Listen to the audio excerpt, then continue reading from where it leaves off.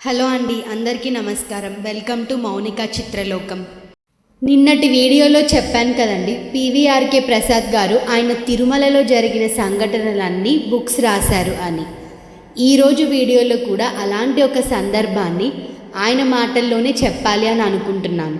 Very interesting story. Video skip చేయకుండా చివరి దాకా చూడండి. 1982 అది నేను టీటీడీ ఎగ్జిక్యూటివ్ ఆఫీసర్గా, నాగిరెడ్డి గారు టీటీడీ చైర్మన్గా పనిచేస్తున్న రోజులవి. ఆ కార్యం మా చేతుల మీద జరగాలని ఆ కలియుగ దైవం నిర్ణయించాడేమో. ఎప్పుడో పడిపోవాల్సిన ఆ ధ్వజస్తంభాన్ని ఏ శక్తి నిలబెట్టింది? ఇప్పటికీ ఆ సంఘటన తలుచుకుంటే ఒళ్ళు గగురు పొడుస్తుంది. ఏమిటా ధ్వజస్తంభం కథ? హఠాత్తుగా ఒకరోజు ఎగ్జిక్యూటివ్ ఇంజనీర్ వెంకటరమణ నుండి కాల్ వచ్చింది. ఆయన అర్జెంటుగా రమ్మనడంతో కంగారుగా వెళ్ళాను. అక్కడ నన్ను తాత్కాలికంగా ఏర్పాటు చేసిన మెట్ల నుండి తీసుకెళ్లారు. పతాక భాగం తొలగించి చూస్తే కొన్ని అడుగుల వరకు ధ్వజస్తంభం మాను కనపడలేదు. ఒక్కసారిగా నేను కూడా షాక్ అయ్యాను. వెంటనే 4 వరుసల దాకా ధ్వజస్తంభం చుట్టూ ఉన్న బంగారు ప్లేట్లని తొలగించి చూస్తే కానీ టేకుతో చేసిన ఆ ధ్వజస్తంభం మాను కనపడలేదు. ఆ మాను అంతా పుచ్చిపోయింది.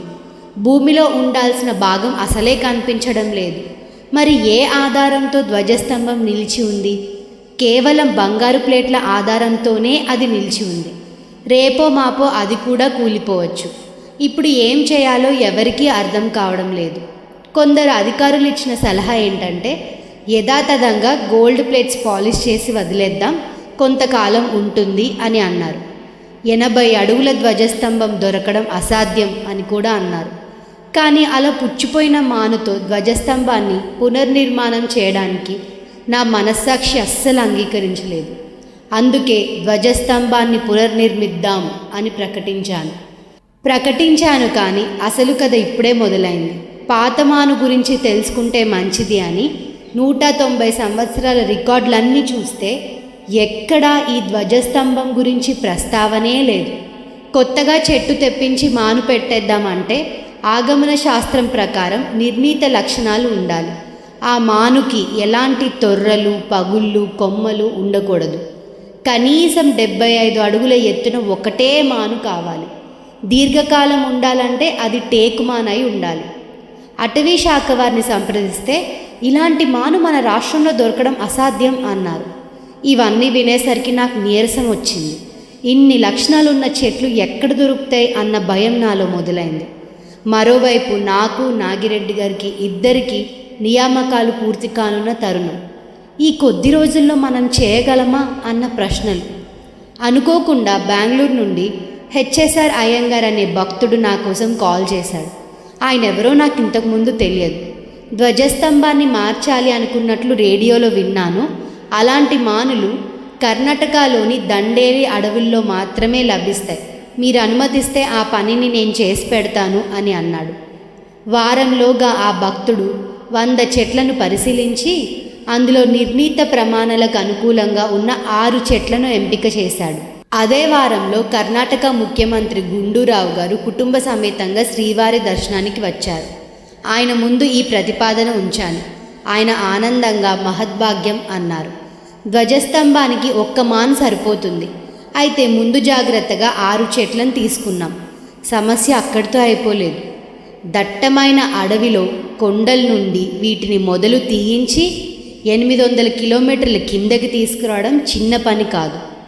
రోడ్డుని నిర్మించే బాధ్యత చీఫ్ కన్జర్వేటర్ ఆఫీసర్ తీసుకుంటే సోమాని పేపర్ మిల్లు వారు ఈ భాగ్యం మాకు ప్రసాదించండి అని క్రేన్ల సాయంతో తుంగల్ని రోడ్డు వరకు చేర్చారు. ట్రాలీకి 70,000 రూపాయలు అద్దె ముట్టింది. కర్ణాటక దండేలి అడవిలో నుండి 75 అడుగుల పొడవు ఉన్న 6 తుంగల్ని తీసుకురావడం మామూలు విషయం కాదు. ఇంతటి భారీ వాహనం చేరాల్సిన గమ్యం 430 కిలోమీటర్లు. ఏ శక్తి నడిపించిందో తెలియదు, కానీ మరుసటి రోజు సాయంత్రానికి గమ్యానికి చేరువలో అలిపిరి వద్దకు ట్రాలీ వచ్చి చేరుకుంది. డ్రైవర్ దిగి అక్కడే ఉన్న నాకు, టీటీడీ చైర్మన్ నాగిరెడ్డి గారికి నమస్కరించి, సార్, ఘాట్ రోడ్డు 18 కిలోమీటర్లు, 8 క్లిష్టమైన మలుపులు ఉన్నాయి. నా జీవితంలోనే గొప్ప సాహసం. ఎట్టి పరిస్థితుల్లోనూ ట్రక్కును ఆపకుండా కొండ మీదకి తీసుకెళ్తా. మధ్యలో పిట్టగోడ దెబ్బతినచ్చు, అంచులు తగిలి బండరాలు దొర్లిపడచ్చు. మీరు హామీ ఇస్తే నేను పైకి చేరుస్తాను అన్నాడు. మేము డ్రైవర్తో పైకి చేర్చే బాధ్యత నీది, మిగతా బాధ్యతలు మావి అని ధైర్యం ఇచ్చాం. వాహన రాకపోకలను పాత ఘాట్ రోడ్డు వైపు మళ్లించాం. వాహనాలలో అందరం బయలుదేరాం. ఒక్కో మలుపు తిరుగుతుంటే మానులు తగిలి బండరాలు ఊడిపడ్డాయి, పిట్టగోడలు కూలిపోయాయి. ట్రాలీ లోయ లోపలికి పడిపోతుందేమో అని మా అందరికీ భయమేసింది. ఇలా గుండెలు ఉగ్గు పట్టుకొని ఫీట్లు చేసుకుంటూ సంభ్రమాశ్చర్యాల మధ్య 55 నిమిషాలలో సూర్యాస్తమయం అయ్యేలోగా ట్రాలీ తిరుమలకు చేరిపోయింది. వేలాది భక్తుల ఆనందోత్సవాలతో, గోవిందా గోవిందా అనే నామస్వరాలతో తిరుమల కొండ ప్రతిధ్వనించింది. పక్కనే ఉన్న వృద్ధ పండితుడు ఒక చిరునవ్వు నవ్వి బదులుగా ఒక శ్లోకం చెప్పాడు. నహంకర్త హరికర్త తత్పూజా కర్మ చాకిలం తదాపి మత్కృతా పూజ తత్ప్రసాదేననా అన్యదా.